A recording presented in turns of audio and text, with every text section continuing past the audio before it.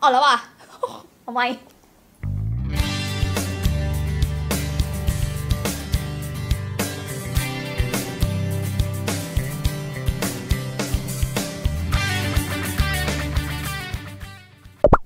สวัสดีบาร์บี้เองเด้อเนาะคนเก่าคนเดิมเพิ่มเติมคือปากแหล่นั่นเองเนาะสำหรับมื้อนี้เนาะบี้จะมาแต่งหน้าในลุคนี้แหละเนาะไปเบิ่งงานคอนเสิร์ตของไอโอล่าแบล็คอายนั่นเองเมื่ออยากได้ยินจะเคยหักใครเดี๋ยวเขาไปเบิ่งกันเลยเนาะว่าแต่งหน้าลุคนี้มันแต่งกันจังไหนวะไปมื้อนี้เนาะเฝ้าไปงานก็เลยต้องเที่ยวแต่งบ่มีเวลาเว้าหลายเนาะตอนนี้กำลังลงผ่านเมอร์อยู่เขาสิบอลีรอเขาสิลงห้องเพื่อนเลยเพราะว่ามื้อนี้แบบมันเป็นงานฟ้าค่ะนะเข้าใจว่าเพราะว่ามันสิบ่ทันงานแล้วในตอนนี้ไปเทปแล้วนี่ใบแทบใบวานออกมาเทปนี้กึกหน่อยนึงนะเพราะว่าเดี๋ยวว่าหลายมันสิบ่แล้วจะเถื่อสำหรับใครที่อยากให้แบบว่าห้องพื้นมันแบบเบิ่งหนาๆเนาะแนะนำให้ใส่มือสำหรับใครที่อยากได้แบบบางเบาแบบบ่หนาหลายเนาะแนะนำให้ใส่ฟองน้ำพี่คิดว่าการใส่ฟองน้ำมันจะเบิ่งเห็นแบบให้เบิ่งคืองานผิวหลายกว่าตัวมาใส่โคว่าง่ายๆเข้าใจง่ายๆต่อไปใส่เป็นคอนซีลเลอร์เกาปาดไปโลดตัวนี้ใส่มือเลยเนาะ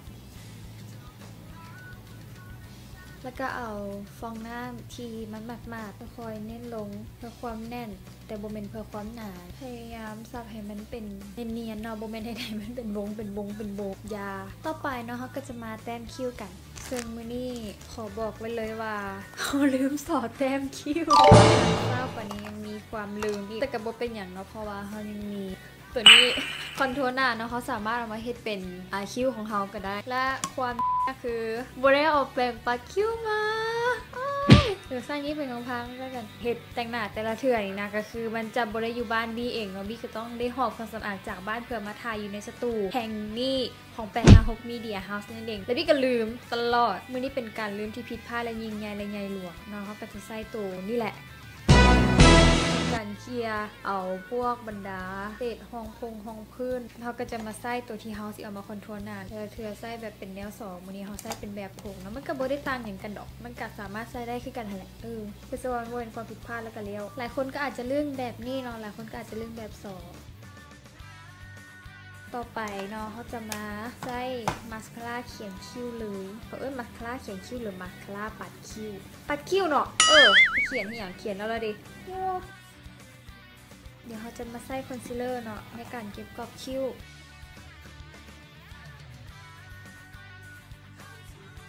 ต่อไปเขาจะมาลงแป้งฝุ่นกันเลยแทบต่อไปแต้มตาซึ่งวันนี้นอบี้จะแต่งออกเป็นลุคโทนแบบออกเป็นดำๆน้อยนึงเนาะสีนี้ยังโบได้ต้องเลยเป็นดำๆน้ำตาลน้อยนึงเดี๋ยวเขาจะมาลองกันว่ามันสีออกมาเป็นยังไงเนาะแล้วเขาก็จะใส่แป้งเอามาเบลนมันออกไปเนาะเพราะมันไม่ให้มันจับตัวกันเป็นก้อนหรือว่าเป็นแถวขนาดนั้นตาซื่อๆแล้วก็กาจากบอลขอบตาสีดำนี้เนาะทั้งกลางตาเนาะแล้วก็ปัดออกมาข้างนอกถามว่าเพื่ออย่างบูฮูเขาก็จะใส่เคาะตัวที่เขาทาแป้งที่นี้เนาะออกแล้วก็ค่อยๆเกียร์มันเข้ามาบอลหน้าตาเนาะน้อยนึงเนาะบอลให้มันเข้มลายเนาะต่อไปเขาจะมาเข้าอินไลเนอร์ก่อนเนาะแล้วเขาจึงมาตื้มสีดำใส่ทั้งเปลือกตาอีกบัดหนึ่งเนาะเพราะว่าจะสร้างสีกะ อินไลเนอร์ของเขาใช้เป็นสีดำมาเขามาละเลงกันเลยทาแบบบ่ต้องย่านตาเปื้อนเลยเนาะตอนนี้ทาออกไปว่าให้เป็นคือเขาทาอายไลเนอร์เนาะขึ้นมาเลยหลังจากนั้นก็วิ่งห่างให้มันน้อยนึงเนาะใส่แป้งคือเก่าเฮานี่แหละค่อยๆเกลี่ยเอาตัวอินไลเนอร์ที่เฮาทาดำๆเมื่อกี้เนาะให้มันกลมกลืนไปกับอายแชโดว์เมื่อกี้นี้ที่เฮาทาไปเนาะค่อยๆประมาณนี้เนาะแล้วเฮาก็จะมาเติมสีดำใส่เติมอีกเนาะซึ่งว่าสีดำเทื่อนี่เนาะบี้จะใส่ดำออกม่วงเนาะประกายม่วงซึ่งว่าจะมีชิมเมอร์น้อยนึงเนาะเดี๋ยวเขาจะเอามาทาบอลคัดเบ้าเนาะกาก่อนเนาะมือไม้ฮัดแต่งเนาะโบก้าแบบไปร้อยขนาดนั้นเอามาใส่ประมาณนี้แล้วเขาก็จะใส่แปรงเบลนมันออกไปหั่นน้อยนึงเนาะ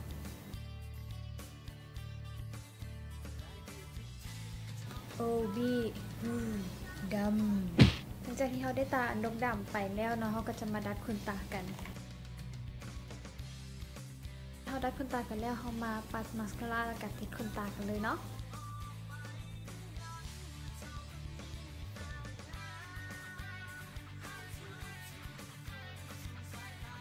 หลังจากที่เราติดขนตาไปแล้วเนาะเขาก็จะมาทาอายไลเนอร์ต่อไปจะมาเราดังเนาะเขาจะใส่เป็นสีน้ำตาลอ่อนๆแบบนี้คือเก่าแล้วก็จะใส่สีขาวเนาะต่อไปเราจะมาหล่อหน้ากันเลยตัวนี้เขาจะบ่เฮ็ดหน้าลายเพราะตาเขาดำแล้วเขาบ่อยากให้หน้าเขาแบบเป็นโค้งแบบดำอย่างเพิ่มไปหลายตัวนี้เราใส่สีเก่าเขานี่แหละใส่บริเวณโหนกแก้มต่อไปเขาก็จะมาไฮไลท์เลยปลายดังสันดังหน้าผากค้างทาลิปกันเลยแดงออกดำๆเลยแล้วตัวนี้คือพยายามห้ามพลาดแล้วก็คือเปื้อน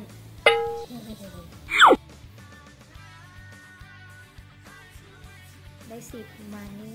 เนาะแล้วก็จะใช้คอนซีลเลอร์เนาะในการเก็บขอบเพื่อให้สีปากเบิ่งแบบเด่นขึ้นสามียังบ่เด่นอีกว่ะเราก็จะได้สีสดทีเป็นในโหมดแบบนี้รู้สึกว่าซัมนี้มันกะน่าจะแล้วแหละนอนเดียวขอไปท้ายเครื่องแล้วก็ให้ผมเดียวมาเจอกัน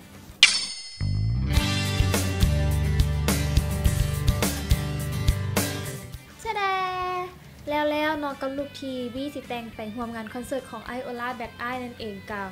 หัวมันเป็นเอียงมันยุ่มมันยำเนาะทับบี้ก็อยากแต่งให้มันออกเป็นแบบสาราซึ่งน่าจะมันกาเป็นไปบ่ได้กาได้ในสภาพเท่าที่เห็นจังซี่นี่แหละเนาะถ้าว่าเป็นไผเนาะอยากให้บี้แต่งลุคใดสามารถคอมเมนต์อยู่ในทางรูมมีเดอร์เดี๋ยวคลิปหน้าบี้จะมาแต่งให้เบิ่งแต่ว่าตอนนี้บี้รู้สึกว่ามัน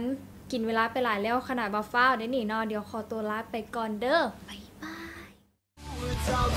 ย